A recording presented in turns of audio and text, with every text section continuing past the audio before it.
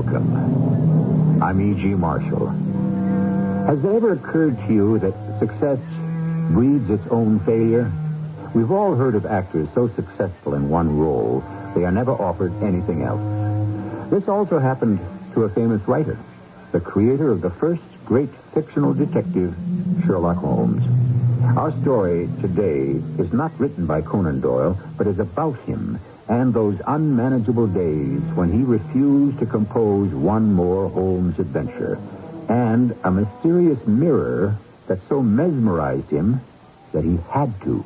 Louise, I want you to look straight into that mirror and tell me what you see. I see my own face.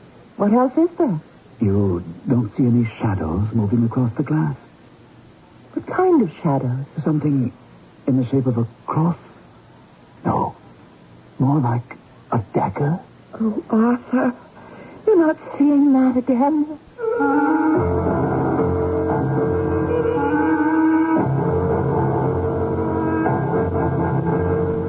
Our mystery drama, The Silver Mirror, was written especially for the Mystery Theater by James Agate Jr. and stars Gordon Gould. I shall return shortly with Act One.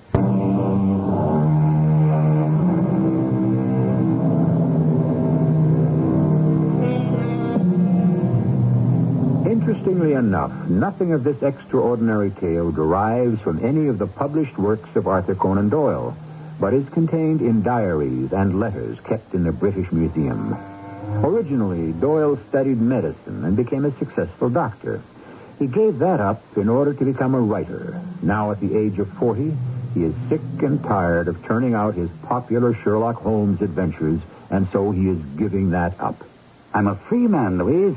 I can write what I please without that cursed detective jumping out at me from every page. You mean that's the last Holmes story you're going to write? Well, that's wicked. I had to do it, Louise. Either Holmes had to die or I would. Oh, don't be silly, Arthur. He's only a creation of your mind. Dearest wife, you don't understand. To me, Holmes is as alive as anyone I know. And I simply don't wish to see any more of this. I hereby dissolve our friendship. I don't understand you at all, Arthur. If you'd had years of failure, well, that might be a reason to try writing something different. But you've had years of success. 24 Holmes' adventures are 23 too many. I'm not saying I'll never write him again. Perhaps someday I will revive him. But what's Peter going to say? He's not going to like it. But I like it, Louise. Well, my girl, you see before you a happy and liberated man.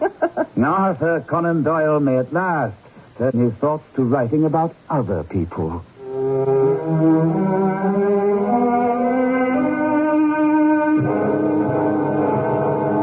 That's what Arthur said a month ago, Peter. But I don't think it's turned out the way he wanted. Why do you say that, Louise? He's miserable. He's depressed. He says he can't find any subject to write about, and he stalks about this house like a caged animal. Where is he now? Up in his study. I'll go see him. Oh, no, I don't think he wants to see you, Peter. Besides, he goes to bed early, he sleeps badly, wakes up early. Did he know I was coming over this evening? Yes, and he said he couldn't see you. He wasn't feeling well, you know, all the... Not see me. I've been his publisher for, I don't know how many years. Why wouldn't he want to see me? Peter, Arthur's ashamed. I mean, that's what I think is the bottom of all this. I don't understand you. Well, when he wrote that last Sherlock Holmes story, in which he had Holmes plunge over the cliff to his death, Arthur said that was it.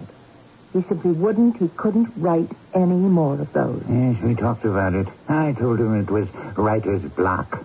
And Galsworthy had it, Tolstoy, Zola. You'll get over it. Yes, but for this long? You're sure he won't see me, Louise? We're old friends. Well, let's see what kind of a night he has. And if he wakes up in a good mood, I'll give you a call and you'll come over, all right? Let's keep your fingers crossed for tomorrow morning.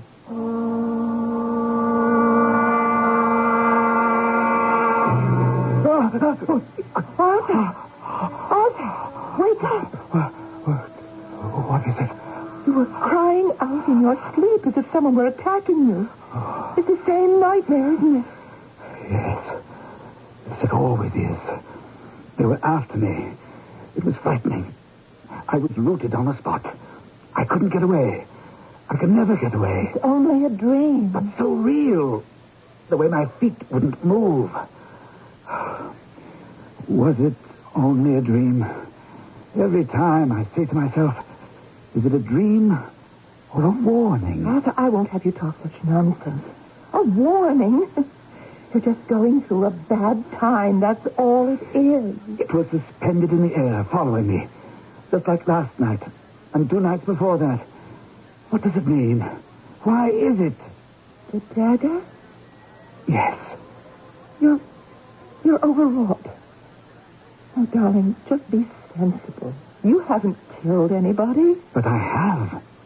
I killed off Sherlock Holmes. Oh, why must you go on like this? You're a professional writer. You created Holmes and Watson and Moriarty, and they're made-up characters. They never lived. So nobody has died. I'm not so sure. If they have life to thousands of readers, haven't they lived? I think that's carrying things a little far. I really do. I mean, here you are, one of the first people in London to have a telephone installed. And you dream of daggers and let it upset you. Arthur, I want you to go and see Dr. Sinclair tomorrow and talk to him about it. I have no intention of seeing George because I have nightmares. All right. Suit yourself. Now turn over and go back to sleep.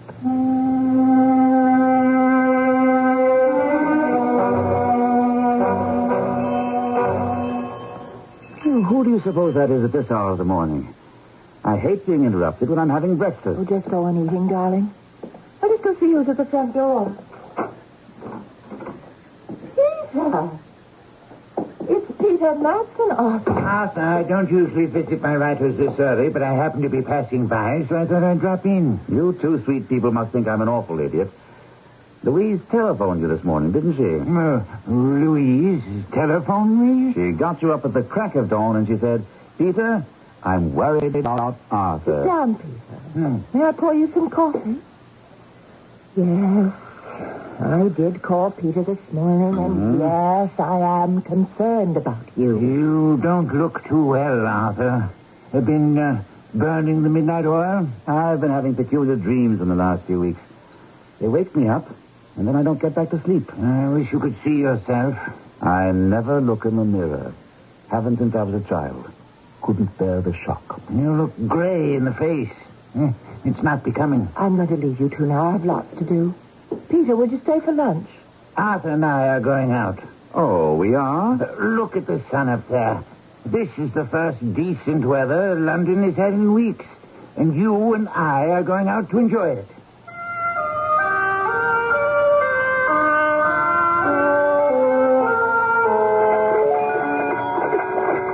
How far does this tram take us, Peter? We go to the end of the line. Are we heading for the thieves' market? I haven't been there in years. Neither have I. I always enjoy watching people buy back what's been stolen from them. Been having a rough time since you stopped the Holmes adventure stories? It's no secret. And I don't know if it's my subconscious making me feel guilty or what. But, Peter, I'm determined not to get back into that rut. I was getting awfully stale. No, not to your readers. No, I'm not exaggerating, but we're getting mail by the sackful, demanding more of your Holmes and Watson stories. No, stop. All out. Please, Marky. All out.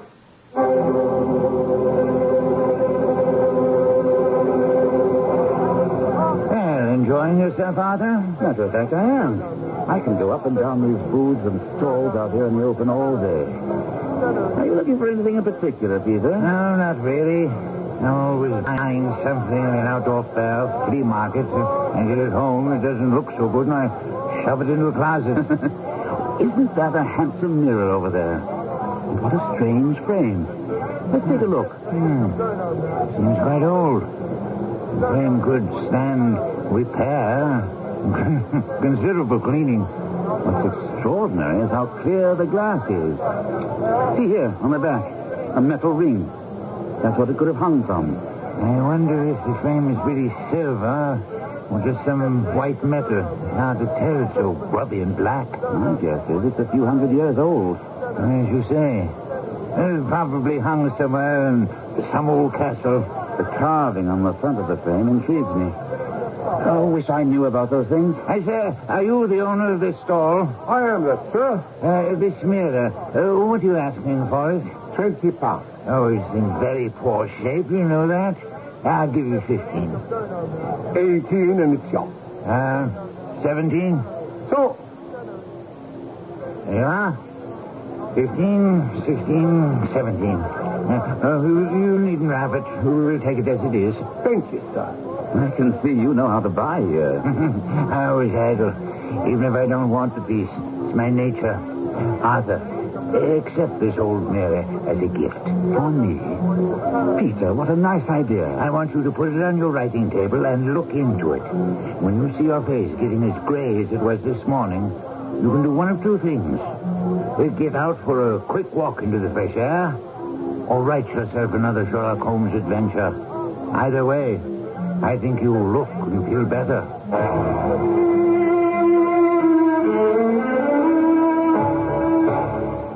Louise, will you come here a minute? I want you to see something. What is it, dear? Oh, doesn't that mirror look nice? How did you get the frame to shine so? I used some coarse salt and wood ash and a great deal of gentle rubbing. Well, it's taken every bit of tarnish off. It's certainly not the same old filthy thing you brought home the other day. What did Peter say? I haven't spoken to him. You're the first to see it. But that isn't why I called you in here. Louise, I'm propping this up against these fat books. I want you to look straight into the mirror and tell me everything you see. Please, sit in my chair. Now, what am I supposed to look for? Darling, don't look for anything. Just look. Well, what do you want me to say? You don't see anything yet? Well, yes, of course I see something. I see my own face. You don't see any shadows moving across the glass? Shadows? No. No shadows. Something in the shape of a cross? No, more like a dagger? Arthur, not again. What are you talking about? You're not seeing a dagger in daylight, are you? In this mirror. You don't see anything? I have simply no patience with you when you're like this, Arthur. The mirror is not bewitched. You're bewitched. As far as I'm concerned, I want nothing to do with this stupid mirror. I just refuse to give in to spooks and all that falderall you subscribe to. I'm not asking you to, Louise. I happen to believe there is untapped psychic phenomena that is trying to communicate with us, and you don't. And I don't have to. Oh, Arthur, can't you be as objective about yourself as you are about everything around you? Do you think... Oh, I don't know how to say this. I'll say it for you. You're asking me if I'm not having hallucinations. Suppose I asked George Sinclair to come here for dinner. It wouldn't be the same thing as a visit to a doctor's office. It's just a personal and a friendly thing. All right. Have George here for dinner, and we'll see what he has to say.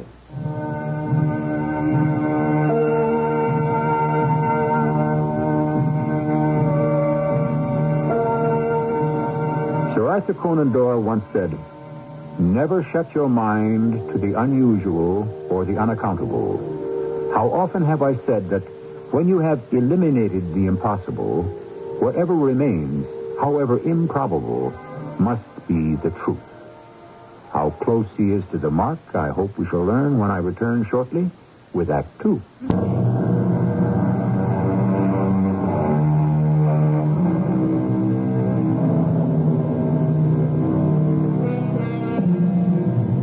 It all happened when a great novelist decided to kill off fiction's most popular detective, Sherlock Holmes.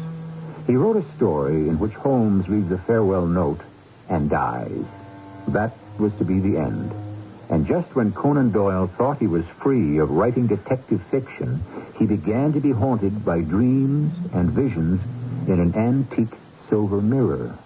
Is it always the same dagger, Arthur? Or do you visualize different daggers? Louise, I told you George would make light of it. Oh, no. I'm doing no such thing. As your doctor, I'm trying to find out whether this dagger is imprinted on your retina or upon your imagination.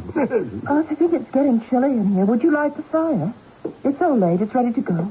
Louise, it was a marvelous dinner. It isn't often I can combine a professional visit with such pleasure. Will you look at that? It's one match. Arthur, I've been thinking about our conversation over coffee, and I cannot really see between your nightmares and reality. Seeing them night after night? Not a symbol of some kind? It could have a far more prosaic meaning than a psychic warning. I know just what you're going to say. Strain. Overwork. It's one of the weapons I used to use in my stories. My thinking exactly. When I was a physician, I would tell my patients the same thing. Overwork. You need a rest. It will pass, etc. Arthur, because you practice medicine doesn't mean you don't suffer the same ailments from the same causes. Anyway, the dreams are a problem of the past. It's the visions I get at present I'd like explained. Take a glass, Arthur, and come up to my study. Will you excuse us, dear?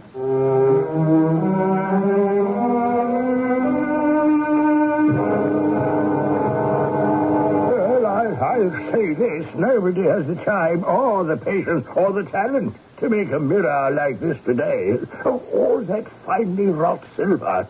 The artisans who made this have been long since dead. I congratulate you, Arthur. When did you find it? My publisher, Peter Matson, and I were in Thieves' Market, and we were both quite taken with it. First thing I knew, Peter had bought it and gave it to me as a present.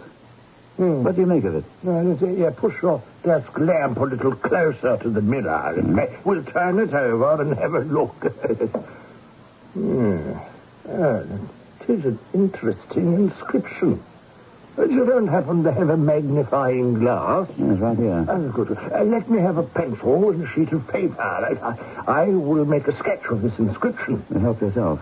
You know, I have a patient who makes a hobby of heraldry. He may give us a tip.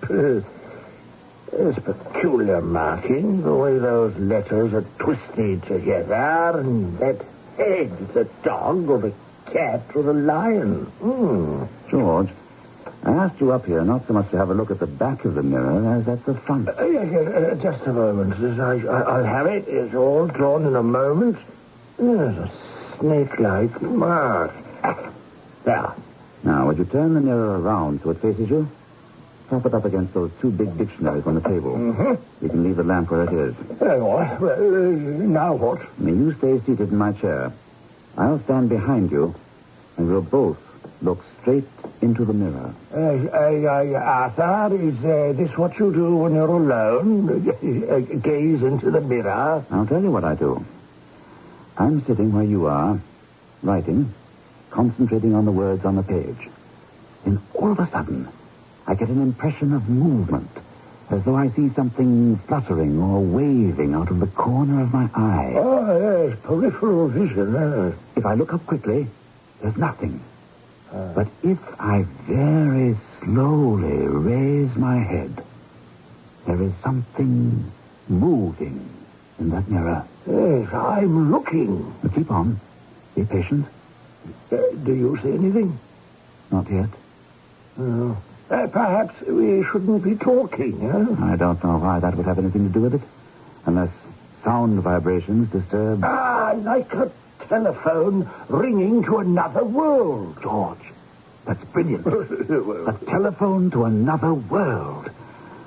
I'm going to use that line someday. What you see in the mirror, Arthur, is it just movement, like a passing shadow? So far, yes. But each time, the impression is stronger. What do you mean more definite? You see recognizable objects? Not exactly. I've seen shadows in the shape of a cross or a dagger. But this morning, I was alone in here, and I was sure there were two separate, distinctly separate things. Can you describe them better than that? I can't describe them at all. That's why I call them things. They could be curtains or people. But I do get the impression there is a life going on inside that mirror. Frankly, I don't think we're going to see anything this evening. It's very strange. This is the first time the mirror has failed me.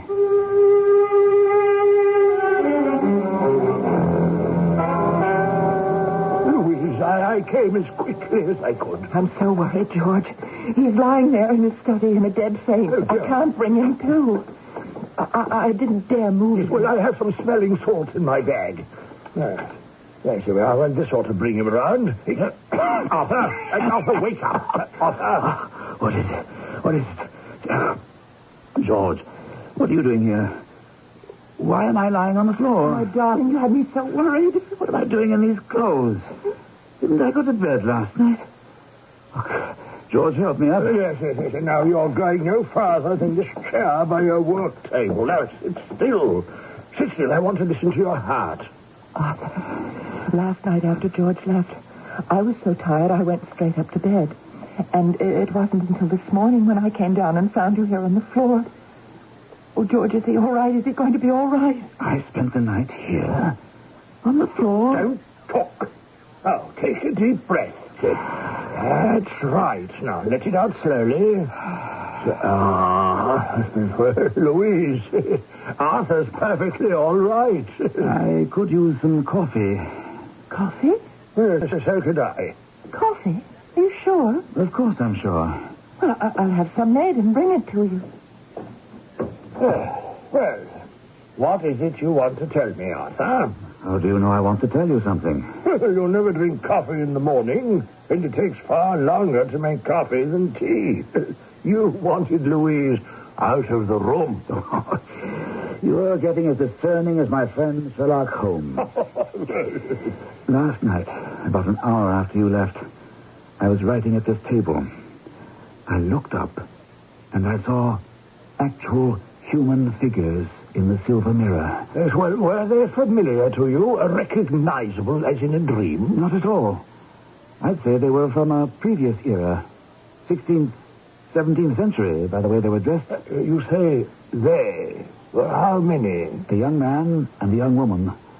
He had a little beard and a mustache. Italian-looking. He was playing a guitar. He put it down, and he stood in front of this young woman. She was beautifully dressed, certainly nobility, but the most distinctive thing about her was her red hair. She wore it tumbled down to her shoulders, as if she had just taken the pins out and was getting ready for bed. Did they say something? Did you hear them speak? Not a word. They just looked at one another, and that was all. What was all? All I remember. That's when I must have fainted. Yes, well, Arthur, evidently these visions, or whatever you see in the mirror, only appear to you at night. I'm going to have the pharmacist make up a prescription for you. Now, before you go to bed, take 2 of the tablets. You'll have a good night's sleep. You think I'm hallucinating, don't you? Before I had the mirror, I had bad nightmares. I saw daggers. Louise thought the same thing. And now you do. Yes, but a great many people are deeply affected by visions they don't understand. And I'm not taking the chance that Arthur Conan Doyle will end up on a slab in the morgue, having died of shock. He won't, I assure you. As I know he won't, because I'm going to watch him like a hawk. Here's your coffee, you two. Louise, Louise, bless you. I'm going to ask you a favor. Arthur and I have had a long talk, and we agree. The most important thing is to see to it he gets a good night's rest every night.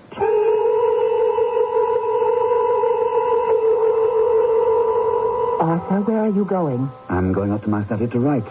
I always do after dinner. Well, I shall come up for you at 11, and then it's bedtime for you. Louise, I can't work to the clock. Suppose I'm in the middle of something I'm writing.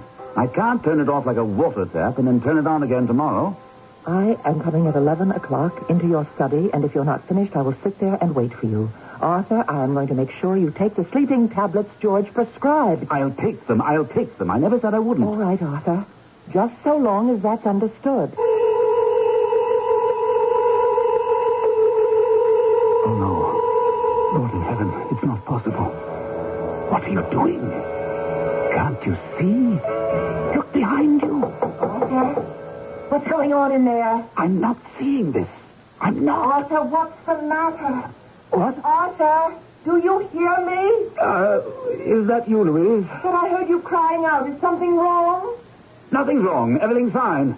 Now, leave me alone. It's not 11 o'clock yet. Are you sure you're all right? Let me just come in for a minute. Why have you locked yourself in? Louise, you're behaving like a spoiled child. I need to be alone while I'm writing. You know that.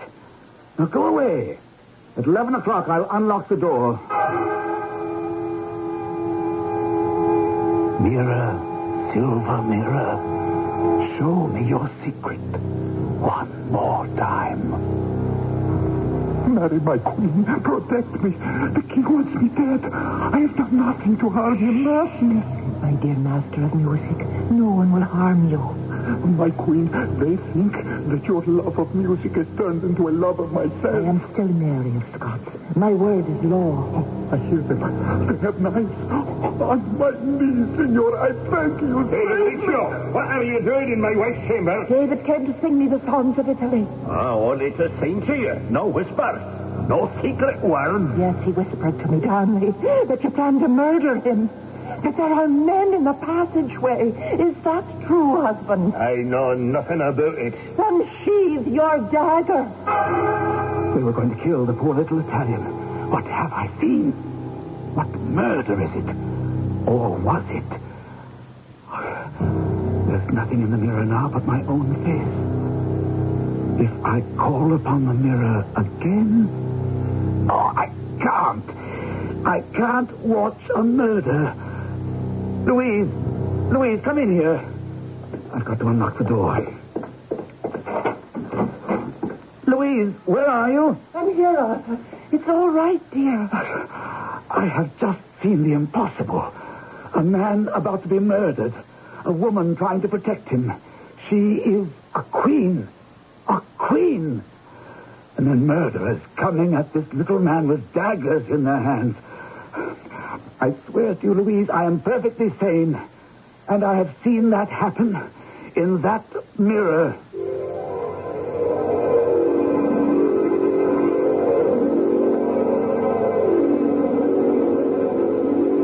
How much of Conan Doyle's peek at the past, strangely transmitted through the silver mirror, was self-induced hypnosis, and how much was actual, we shall never know.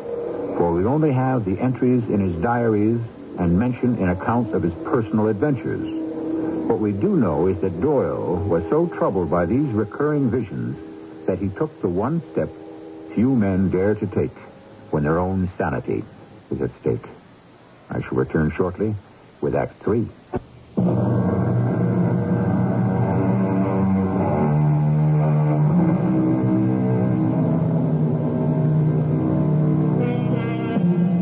Here is a man admired the world over for turning the short story into a modern art form, for creating an unforgettable master of detection and whose ingenious methods of solving crimes actually furthered the science of criminology. Yet that same man of impeccable logic is unable to find an explanation for scenes that appear to him through the glass of an antique silver mirror. George, how is your patient today? Louise, you have to realize in matters that concern the mind, progress isn't measured by the day. The biggest leap towards his recovery that Arthur has made, to my way of thinking, was to knock on the door of my rest home and say, "Let me in, George. I need professional and medical help." But do you really think that being out here, away from his study and work and all the pressures of all those letters we're getting... Well, particularly that, yes. I'll be frank, my dear. The science of the mind is a relatively new field to all of us. But it could very well be that all the letters and news stories begging Arthur to revive his Sherlock Holmes series, it could be contributing to his mental problems. The mind has a peculiar way of dealing with guilt. Guilt. Do you think he realizes that? Well, I certainly hope so.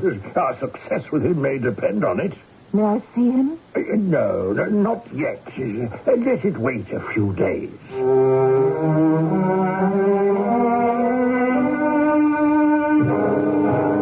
Guilty. Is that what you think is at the root of all this? Well, I haven't decided, Arthur. Well, how can I? What we're both trying to find out is why you see things that you do in the silver mirror. I'll tell you why, George. I have a simple explanation. Nothing to do with feeling guilty because I killed off Sherlock Holmes. I see what is in the mirror because it's really there. Possibly, but why does no one else see anything? And why that mirror? Oh, which reminds me, I got an answer from that friend of mine, the heraldic buff. I've looked into it, but I think it would mean a lot more to you, so here it is. Oh, thanks, I'll read it. Yes, well, I'll be back out here in the morning and we'll talk a bit more, all right? One question before you go. When can I see Louise? Oh, shall we say the day after tomorrow? And any other visitors? Peter Matson, my publisher, has left messages here several times. You can see him at any time. I'm only postponing Louise because he's so emotionally involved. But Matson is by all means. You know, this place isn't a jail. You came here voluntarily to try to put your mental house in order, and if friends will help, well, then by all means, see them.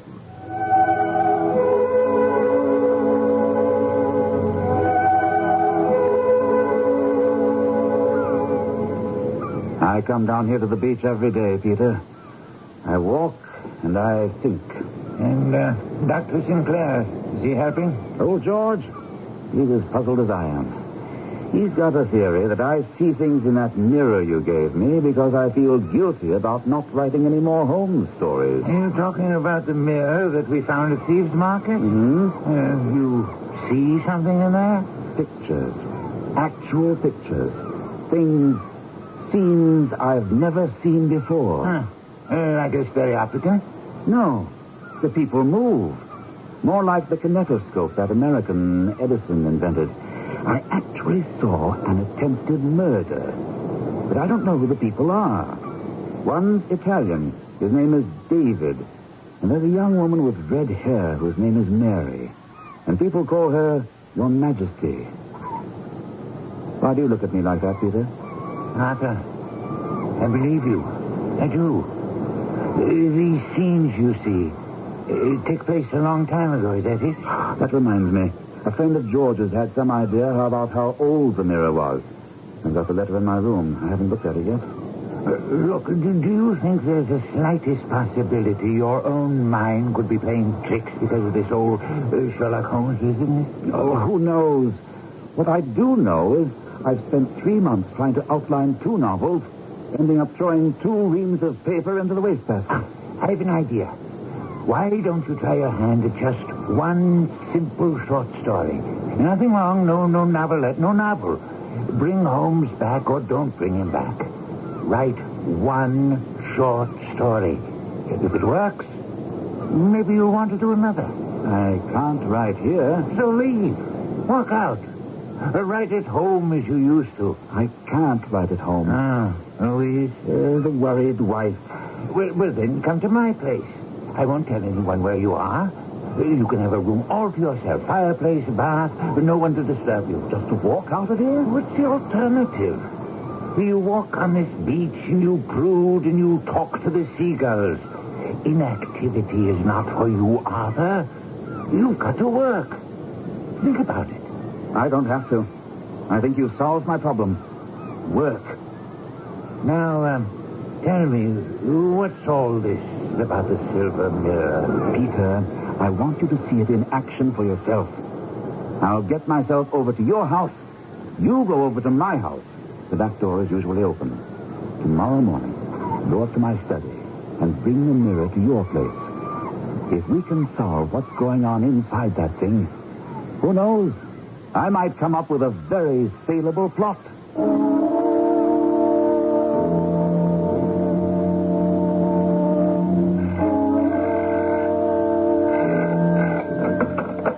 Hello? Is this the Conan Doyle residence? Yes, hello?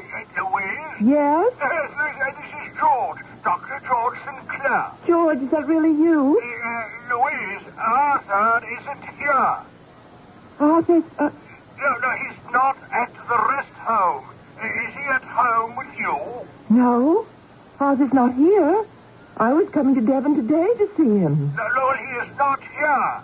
We've searched the grounds and he's nowhere to be found. He just took his case of clothes and walked out. Oh, well, I'm sorry, George. If he comes in, shall I tell him to call you? Well, if he comes home, you make sure he remains there. He shouldn't be running around loose. I gave him a relaxing drug. He might suffer all kinds of delusions.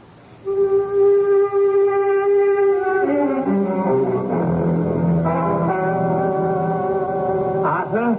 Peter, is that you? I've got it. I've got the mirror. Oh, careful with it. I don't want it broken. Oh, you shined it up. This was some bargain. Now, what's the history of this fancy piece of glass? You had a letter from a friend of your doctor's? On the back of the mirror, according to what he writes, do you see that letter M and the face of a lion?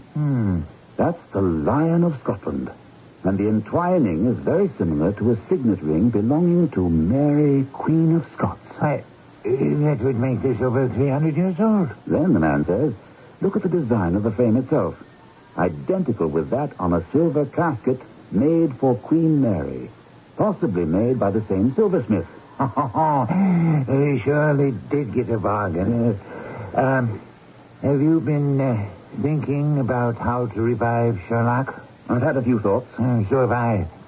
I was thinking there could have been footholds in that sheer cliff, and Holmes, instead of leaping to his death in the chasm, could have climbed out and laid low.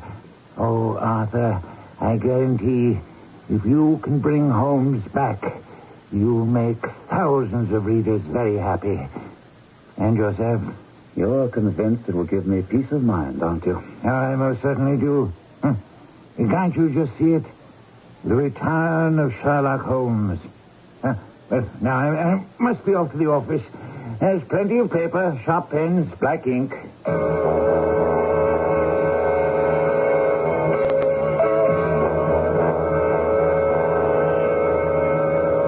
I moved my head to look at the cabinet behind me, and when I turned, there was Sherlock Holmes, smiling at me across my study table. I rose to my feet in utter amazement, and then fainted for the first time and last time in my life. Who is that? Your husband, madam. Darnley. What are you doing with that dagger? It is.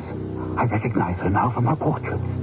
It's Mary, Queen of Scots, and Darnley, the king. So this is how the murder of the little Italian musician actually happened. My queen, that musician secretary of yours, David Riccio, have him come forth from your sleeping chamber. He's not there. He has been there overlong. He is here at our royal wish. Husband, have you taken leave of your senses? Riccio has offended against the queen's honor. Who are those outside behind you? Charitable friends, they have only your best interest at heart. Charitable friends. You mean jealous enemies because David pleases me. Come up over there. Come out from behind the queen's Help skirt. me! Help me! Save me! Save me!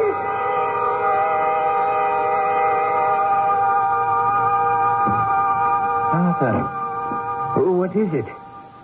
Why are you sitting here in the dark? Cook says you haven't eaten anything all day. Here, let me light this lamp. Ah, that's better. May I sit down? Arthur, you don't look well. You're white as a ghost. I have seen ghosts, Peter. Enough ghosts to fill a graveyard. Over and over, murder and death. In your mind's eye? In the silver mirror. It was more than anyone could bear. How cruel our ancestors were. Is that why you turned the mirror face down? Don't ask me why I have been chosen to have the privilege of seeing the reenacted past. But I have. And I don't have 300 years to forget it. Do you believe me? Yes. Yes, I do believe you.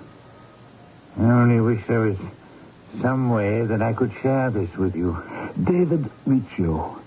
Remember your history? The Savoyard who played the guitar for the Queen and sang her melancholy songs. I saw him murdered by Darnley and Douglas and Scott. I saw the pitiful little Italian dragged kicking and screaming to the head of the stairs of the Holyrood Palace. I saw him savagely stabbed 50, 60 times and then thrown down the stairs. And then? As soon as the murder was done, it all began again. The wretched mirror repeating the entire tragedy. I couldn't bear to look anymore. And I didn't dare to break the mirror either. Break the mirror? Oh, I'm glad you didn't. Now that you tell me what you saw, it all fits together. Much of English history is in ruins today, but in Mary's Palace in Holyrood, the very room where David Riccio met his death, there is a contemporary engraving. The top of the stairs down which Riccio's murdered body was thrown is in the picture. The door that faced the hall through which the murderers entered, and a back wall that faces the room, the door, the hall, and the stairs. Now, on that wall is a mirror. A silver mirror. Could it have been this one? It's not impossible. Oh, Peter, do you know what this means to me? I wasn't imagining. I wasn't dreaming. I was merely in touch with events past, as imprinted upon this mirror as a photographic plate. Peter, I think I can fall to now. Everything is clear. I'd like to begin by writing a few adventures about the return of Sherlock Holmes. Glad to hear it. I'm also glad to welcome the return of Arthur Conan Doyle.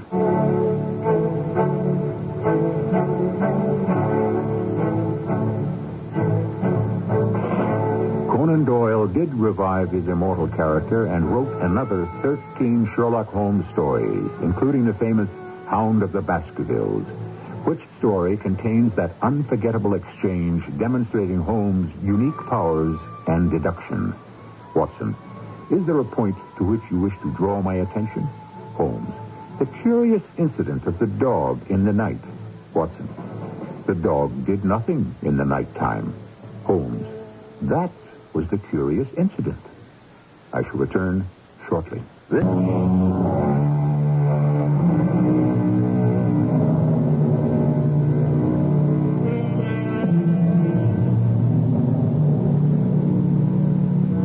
Call it a cult, call it the expression of a need. Since the death of Conan Doyle some 50 years ago, the fame and name of his principal protagonist lives as if it had sprung alive from the printed page. There are groups the world over, clubs such as the Speckled Band, made up of devotees to detective fiction.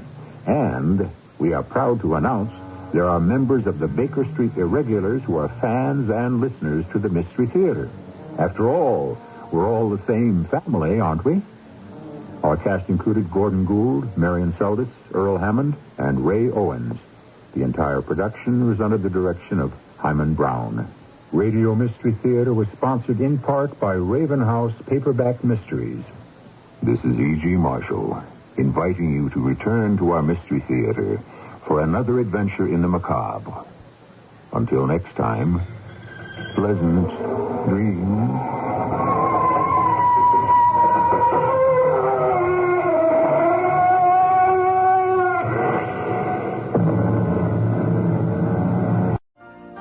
You've been listening to the OTR Gold Network.